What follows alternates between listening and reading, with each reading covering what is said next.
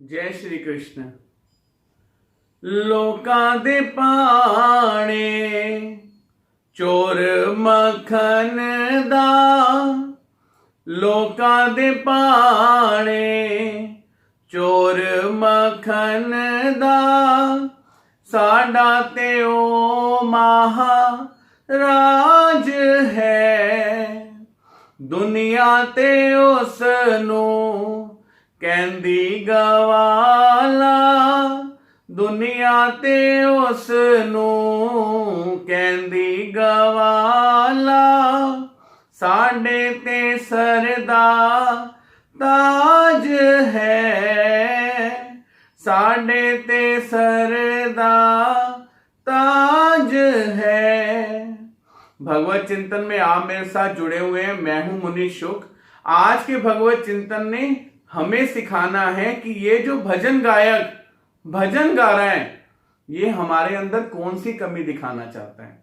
बड़ा साधारण भजन गाया है भजन गायक ने कि लोग भले ही भगवान को माखन चोर कहते हो, मैं नहीं कहूंगा क्योंकि मेरे तो महाराज हैं। हो सकता है लोग भगवान को गैया चराते देखते हो, उसे ग्वाला कहते हैं भगवान को कि श्री कृष्ण तो ग्वाले हैं, गैया चराते हैं। मैं नहीं कह सकता क्योंकि मेरे तो सर के ताज हैं। यहां भजन गायक ने बड़े प्रेम से बता दिया कि कई बार जो दिखता है वो होता ही नहीं, और जो होता है वो दिखता नहीं। हमारे अज्ञान को दूर करने के लिए भजन गायक ने कितने प्रेम से बता दिया कि वासुदेव श्री कृष्ण स्वयं गीता में कह रहे हैं कि हे अर्जुन, ये पुरुष संसार में जन्म लेकर मेरे दिव्य जन्म और कर्म को नहीं जान पाया, बल्कि मुझे एक साधारण मनुष्य की भांति जन्मा हुआ व्यक्ति भाव को प्राप्त हुआ मानता है, और उसके इस अज्ञान के कारण कि ये भी तो साधारण ही है, वो 84 के चक्र काटता रहता है। प्रमाण है ये बात कि भगवान के कार्यों को देखते हुए भी कोई समझ नहीं पाया कि साधारण सी दिखने वाली लीला भगवान की कितनी उद्धारक है। और आज के भगवत चिंतन में मैं आपको बताना चाहता हूं कि हम इन आंखों से कितना धोखा खा रहे हैं, रोज खा रहे हैं। आज ऐसा युग बढ़ रहा है जिसमें वैभव, आडंबर, किसी चीज की साजो सज्जा ने इस कदर व्याप्त कर लिया है संसार को कि आप खुद बोलते हैं आप, अरे हम वहां गए थे, क्या साजो सज्जा थी, क्या वैभव था, कितना पैसा खर्च किया होगा। आप देखिए हम जहां गए थे, किस लिए गए थे हम ये नहीं सोच पाते, लेकिन वहां जो वैभव था वो हमें ऐसा प्रभाव डालता है कि हम अपने हेतु को, कि हम किस हेतु से वहां गए थे। हम एक बहुत बड़े रेस्टोरेंट में गए, बहुत साजो सज्जा है, सब कुछ अच्छा है, लेकिन आपने अंदाजा लगा लिया होगा कि कई बार वहां खाना ऐसा मिलता है, हम कहते हैं क्या साजो सज्जा तो ऐसी, खाना किसी काम का नहीं। और कई बार हम एक छोटे से ढाबे पे जाके बैठ जाते हैं, छोटी सी दुकान पे जाके बैठते हैं, वहां घर जैसा खाना खा के कहते हैं वाह भाई, भले ही साजो सज्जा ना हो, लेकिन जो वहां का खाना था ना, इतना अच्छा था जैसे घर में रोटी खाई हो। ये कभी भी हमारा ध्यान यही लाना चाहता है कि कई बार जो हमें दिखता है वो होता नहीं, और जो होता है वो दिखता नहीं। समाज में आज इस आडंबर ने ऐसा जाल बिछाया है कि लोगों की बुद्धि को भ्रमित करके उन्हें अपने पथ से भ्रष्ट कर दिया है। आज कलयुग बड़ा आगे निकल गया है। मैं आपको बड़े पुराने समय में लेके जाऊंगा जहां वैभव के कारण, बाहरी वैभव को देखने के कारण एक अति विद्वान आदमी ने, सेवा भावी आदमी ने, बड़े विनम्र आदमी ने अपने पथ को खराब कर दिया। राजा गोपीचंद इस व्यक्ति का नाम है, शास्त्रों में लिखा हुआ है। और गुरु जालंधरी नाथ इसके राज्य में आए हैं, नगर में आए हैं। जब इसे पता चला कि मेरे राज्य में गुरु जालंधरी नाथ आए हैं, इसने अब तक गुरु जालंधरी नाथ का सिर्फ नाम सुना है। गुरु जालंधरी नाथ को लेने ये राजा गोपीचंद अति प्रेम भाव से नगर के द्वार पे पहुंच के साष्टांग दंडवत डाल के कहता है, गुरुदेव आप नगर के मुख्य मंदिर में, जो राजा का बनाया मंदिर है, वहां रहेंगे, आप मुझे कृतार्थ करें। गुरु जालंधरी नाथ प्रसन्न हो गए हैं राजा गोपीचंद के भाव को देखकर।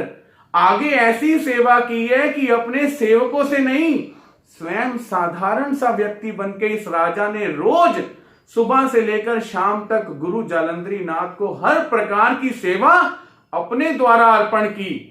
गुरु रोज राजा की सेवा को देख रहे हैं और मन ही मन प्रसन्न हो रहे हैं कि राजा होने के बावजूद इसने नौकर से नहीं, स्वयं अपने द्वारा मेरी सेवा अर्चना की है, अपने आप को पात्र बनाया है, अपने अंदर इतनी विनम्रता दिखाई है। आप ध्यान रखिएगा, कितने गुण है इस राजा गोपीचंद में। हो सकता है आप में भी हो, मुझ में भी हो, लेकिन इसका एक अवगुण इसको इसके इतने उत्तम पद से भ्रष्ट कर गया, जो अवगुण आज हर जगह व्याप्त है, और इस अवगुण से बचना बहुत बहुत बहुत जरूरी है।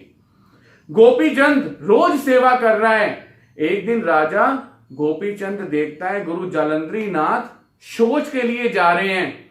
उस समय गोपीचंद वहीं उपस्थित हैं। गोपीचंद पानी का गड़वा उठा के पीछे पीछे चल पड़ता है। आप अंदाजा लगा सकते हो, बाथरूम जाते समय, शौच जाते समय गुरु जालंधरी नाथ के पीछे नगर का कितने सेवक जा सकते थे उसके कहने पर, लेकिन नहीं, इसने स्वयं पानी का लोटा उठाया और पीछे पीछे चल पड़ा। जब गुरु जालंधरी शौच से निवृत्त हुए, इतने प्रसन्न हो गए कि राजा स्वयं लोटा उठा के ला रहा है पानी का। गुरु जालंधरी नाथ ने प्रसन्न होकर कहा, राजा हम तुम्हारी सेवा से प्रसन्न हो गए हैं, तुम हमसे कुछ पूछते क्यों नहीं? अब गुरु ने कहा, पूछते क्यों नहीं? मैंने पहले भी आपको भगवत चिंतन में बताया था, गुरु ज्ञान देने के लिए ही वास्तविक हमारी जिंदगी में आते हैं, हमारी आत्मा शुद्ध करने के लिए आते हैं। यहां गुरु जालंधरी नाथ कह रहे हैं, पुत्र तुम रोज हमारी सेवा कर रहे हो, हमसे कुछ पूछते क्यों नहीं? अर्थात गुरु के पास ज्ञान का भंडार है जो वो हमें देना चाहते हैं। गोपीचंद ने कहा, बड़ा शिष्य अक्लमंद है ये गोपीचंद, लेकिन एक गलती कर गया और हमें सिखा गया, ये गलती आप मत करना। गोपीचंद कहता है, गुरुदेव अगर आप प्रसन्न हैं तो आप मुझे उपदेश दें, गुरु मंत्र दें, जिससे मैं कल्याण को प्राप्त हूं। जैसे ही राजा के ये शब्द गुरु जालंधरी नाथ ने सुने हैं, वहीं बैठकर शिष्य के गोपीचंद के कान में एक ऐसा दिव्य मंत्र फूका जिससे वो नाथ पंथ का उपदेशी हो गया। ये गुरु मंत्र मिलना इतना असाधारण बताया जाता है शास्त्रों में, जो जालंधरी नाथ ने प्रसन्न होके गोपीचंद को दिया। गोपीचंद ने जैसे ही नाम और उपदेश धारण किया, थोड़ी देर बाद ही पता नहीं कैसी बुद्धि गोपीचंद राजा की विमूढ़ अवस्था को प्राप्त हुई, ऐसी भ्रमित हुई कि गोपीचंद ने सोचा, क्या इतने बड़े राजा को शौच की जगह से निवृत्त होते ही कहीं ऐसी जगह पे उपदेश देना चाहिए? ये जरूर गुरु जालंधरी नाथ ने मुझे पागल बना दिया है, वरना मुझे नाम देना था तो कितना वैभव करते, बड़ा कोई प्रोग्राम करते, बड़े बड़े यज्ञ आहुतियां देते, वहां बीच में कहीं मुझे नाम दिया जाता, बहुत बड़ा अवसर होता। ये क्या इन्होंने मुझे शौच की जगह से निवृत्त होकर ही नाम दे दिया? ऐसे भाव ने, कौन से आडंबर के भाव ने, बहुत ज्यादा सेवा भावी। हम क्या सेवा करते हैं, अहंकार के बबूले हैं हम। इसने इतनी अच्छी सेवा करके एक आडंबर का भाव अपने दिल में लाके ये सोच लिया कि इस गुरु ने मुझे सही नाम नहीं दिया, इसने मेरा बेवकूफ बनाया। उसी समय गुस्से में आकर राजा गोपीचंद ने गांव से रात को राखन रखते हैं, जिसे हम चौकीदार कहते हैं, उन्हें बुलाया और बोला, इन्हें अभी तत्काल ले जाओ जंगल में और इनकी हत्या कर दो। जैसे ये बात चौकीदारों ने सुनी, उनमें से एक चौकीदार नाथ पंथ का ही मानने वाला था। उसे पता था राजा की बुद्धि भ्रमित हो गई है, अब तक बड़ी सेवा कर रहा था, एकदम इसके मन में ऐसा क्या आया। बड़े प्रेम से राजा के अपने सैनिक, जो अब ये रात को राखन घालने वाले, मतलब चौकीदारी करने वाले हैं, इन्होंने गुरु जालंधरी नाथ को लिया और जंगल में जाके प्रार्थना की, गुरुदेव हम यहाँ एक गुफा बना देते हैं, आप वहां पे बैठ जाओ, हमें क्षमा कीजिएगा।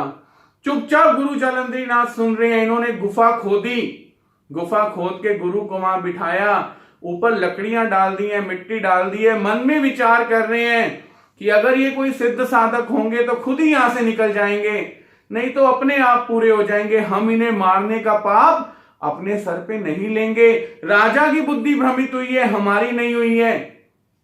ये बात सोचकर वो चारों पांचों चौकीदार वहां से निकल गए हैं। उन्होंने अपनी श्रद्धा को कायम रखते हुए संत को कुछ नहीं बोला है।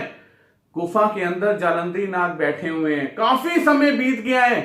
दूसरी तरफ गुरुदेव के प्रथम शिष्य, पहले शिष्य कान्हा, लिखा हुआ है शास्त्रों में, अब वो इस राज्य में आ गए हैं गोपीचंद के। कान्हा का इतना प्रभाव है, इतना प्रभाव है कि 1400 शिष्य साथ में चलते हैं। 700 आकाश में डमरू बजा रहे हैं और 700 शिष्य पृथ्वी पे डमरू बजाते बजाते साथ में चल रहे हैं। इतना जोरदार गाजन वाजन हो रहा है, वाद्य बज रहे हैं। जैसे ही राजा को दिखा मेरे नगर में कोई बहुत बड़ी धूम का कार्य हो रहा है, उसने बाहर के देखा एक गुरुदेव आए हुए हैं बहुत बड़े। 700 शिष्य आकाश में डमरू बजा रहे हैं, 700 धरती पे। ऐसा कभी नजारा उसने देखा नहीं है। इस वैभव ने उसकी बुद्धि को ऐसा खुश कर दिया है कि मन में सोच रहा है गुरु तो इन्हीं को बनाना चाहिए, इन्हीं को गुरु करना चाहिए, यही गुरु होने योग्य हैं। कान्हा के चरण पकड़ के फिर दोबारा वही भाषण दे दिया है गोपीचंद ने कि आप वहां रहेंगे जो नगर का मुख्य मंदिर है। कान्हा बड़े प्रसन्न होकर उसी मुख्य मंदिर में चले गए हैं। रोज सेवा गोपीचंद वैसे ही करने लगे हैं क्योंकि ये गुण उनमें है। और अब उनकी एक सबसे बड़ी कमजोरी भी कान्हा गुरु ने पूरी कर दी है, वो है वैभव। और ये कान्हा कौन है? गुरु जालंधरी नाथ के प्रथम शिष्य हैं और ये अपने गुरु की तलाश में है। क्यों? क्योंकि रास्ते में इन्हें गोरखनाथ ने बोला है तेरे गुरु को कहीं गड्ढे में दबाया हुआ है, उन्हें मुक्त कर। अपने गुरु की तलाश करते करते ये अब राजा गोपीचंद के नगर में आ गए हैं। बड़ी सेवा करते हैं, बड़ी सेवा करते हैं। एक दिन गोपीचंद कहता है गुरुजी अगर आप प्रसन्न हो तो मुझे उपदेश दो। कान्हा कहते हैं उपदेश लेने से पहले अपने द्वार के जितने माणिक मोती हैं पत्थर में चूरा करवा दो, उन्हें पत्थर सम बना दो। तुम्हें कोई अहंकार नहीं रहना चाहिए कि मैं राजा हूं। यहां कान्हा विद्या दे रहे हैं कि गुरु के सामने जाकर फकीर की तरह तुम्हारी इज्जत हो जानी चाहिए। मैं राजा हूं, गुरुकुल में नाम लेने आया हूं, ऐसे भाव नहीं होने चाहिए। तत्काल गोपीचंद, आप सोचिए, पहले जालंधरी नाथ की सेवा की है, उन्होंने कोई मोती नहीं पिसवाए हैं, उसे राजा ही रहने दिया। दूसरी तरफ वो कान्हा गुरु जालंधरी नाथ के ही शिष्य हैं और कह रहे हैं सारे माणिक मोती उस समय का द्रव्य होता था, ताकत होती थी राजा की। तुम क्या करो, पिसवा दो यही मिट्टी की तरह। मिट्टी में पिसवा दिए उसके हीरे और इसने पीस दिए एक नाम लेने के लिए, उपदेश लेने के लिए।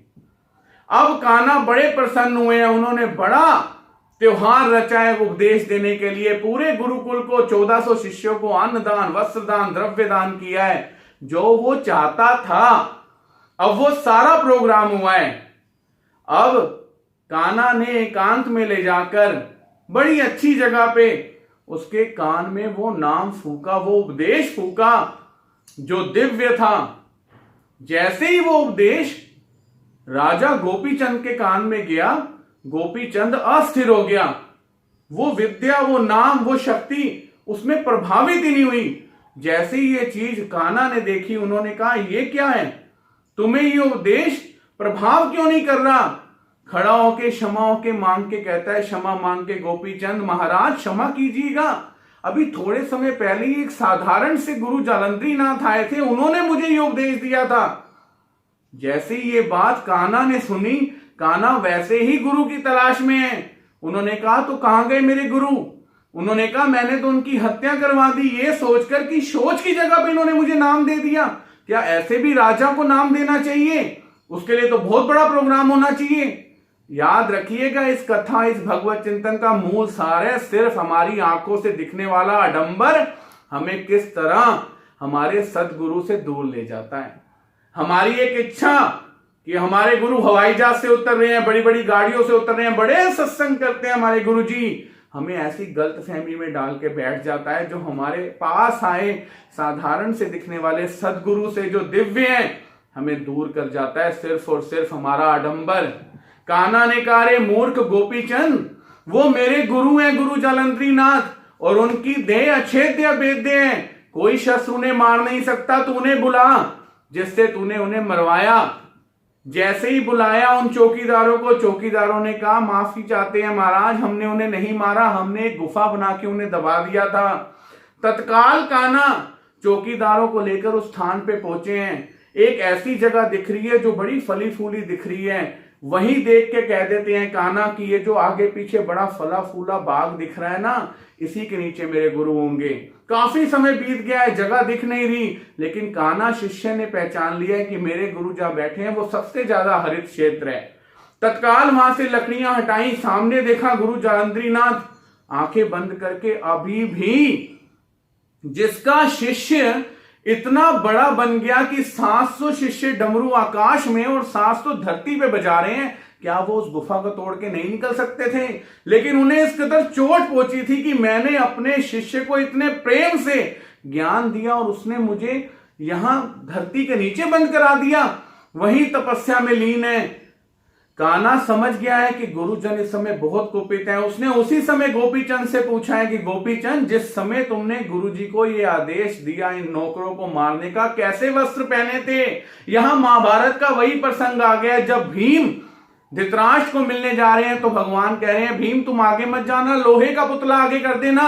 गोपीचंद नहीं, वो पुतला बनाया गया है और गोपीचंद ने जो वस्त्र पहने थे वो वस्त्र अब उस पुतले को पहना दिए गए हैं।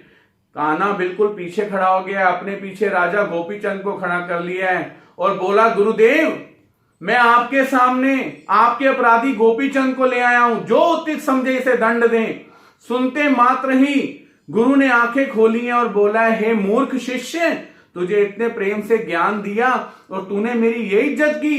ये बोलते ही जैसे आंखें खोली हैं, सामने गोपीचंद रूप का जो पुतला बना है तत्काल भस्म हो गया है। भस्म होते ही गुरु जालंधरीनाथ ने अपने शिष्य कान्हा के सर पे हाथ रख के कहा, तुमने बड़ा उचित कार्य किया, तुमने गुरु के अपमान करने वाले को योग्य दंड दिलवाया। जरा 1 मिनट रुक के विचार कीजिएगा, जिस समय गुरु जालंधरीनाथ गोपीचंद के गांव में आए, राज्य में आए, इसने कितने प्रेम से सेवा करके उस संत के दिल को ऐसे जीत लिया कि गुरु ने अच्छेद्य अभेद्य होने वाला गुरु मंत्र इसके कान में फूंक दिया। लेकिन इसकी एक बेवकूफी हमें दिखा रही है कि सिर्फ आडंबर ने इसको इसके पद से ऐसा भ्रष्ट किया कि अभी इसे कान्हा ने बचा लिया, नहीं तो इसका जीवन तत्काल भस्म हो जाता। अब कान्हा ने कहा पैर पकड़ के, गुरुजी मुझे गोपीचंद लौटा दो। उन्होंने कहा वो तो भस्म हो गया। कहते नहीं गुरुदेव,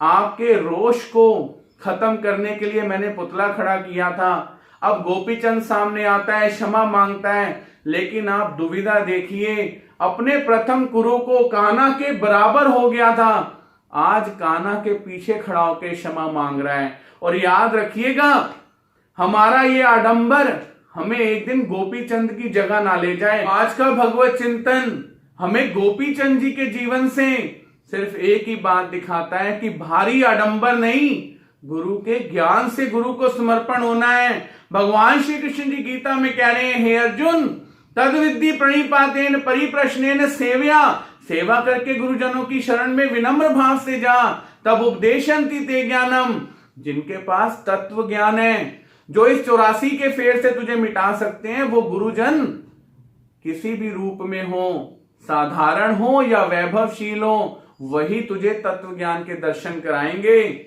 इसलिए ऐसे गुरु की शरण ग्रहण करना है जो हमें तत्व ज्ञान का उपदेश दें, ना कि बहुत वैभव आडंबर से युक्त हो और हमें लगता हो बस गुरु तो यही करने चाहिए।